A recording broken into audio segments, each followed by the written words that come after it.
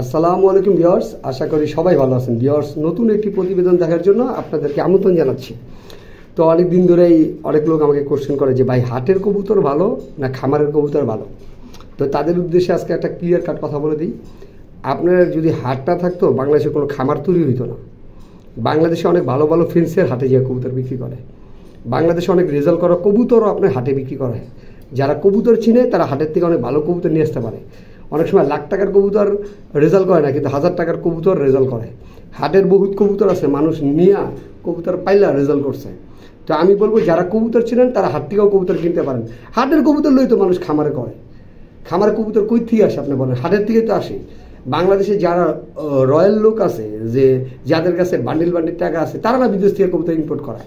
বাংলাদেশে কি সবার কাছে টাকা আছে নাকি যে সবাই খামার থেকে বিদেশ থেকে কবুতর ইম্পোর্ট করে নিতে পারবো? একবারে জেনুইন কবুতর যারা পালে, বাংলাদেশের 90% লোকই হাট থেকে কবুতর কালেকশন করে। এক সময় আমিও কালেকশন করছি, আমি কালেকশন করে কবুতর অনেক দিছি মানুষকে এক সময়। এখন আমিও খামার থেকে কবুতর কিনি, কিন্তু ওই খামারগুলো তৈরি হয়েছে হাটের কবুতর দিয়ে। অনেকে ক্লাব ভালো ভালো কবুতর রেসার বাইরে থেকে ইম্পোর্ট করতেছেন, যাদের টাকা আছে।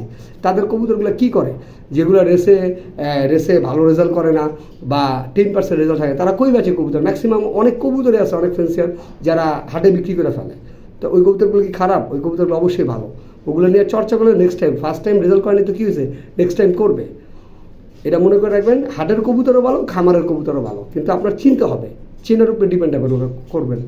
আশা করি আমার প্রশ্নের উত্তরটা পাইছেন। তো আমার ঘরে একটা টপ কোয়ালিটির ব্ল্যাক ডায়মন্ড দেখাচ্ছি। তো ভিউয়ার্স, অবশ্যই পিজন অ্যান্ড রনি চ্যানেলটা সাবস্ক্রাইব করবেন, লাইক কমেন্ট শেয়ার করবেন। সবাই ভালো থাকবেন। আল্লাহ হাফেজ।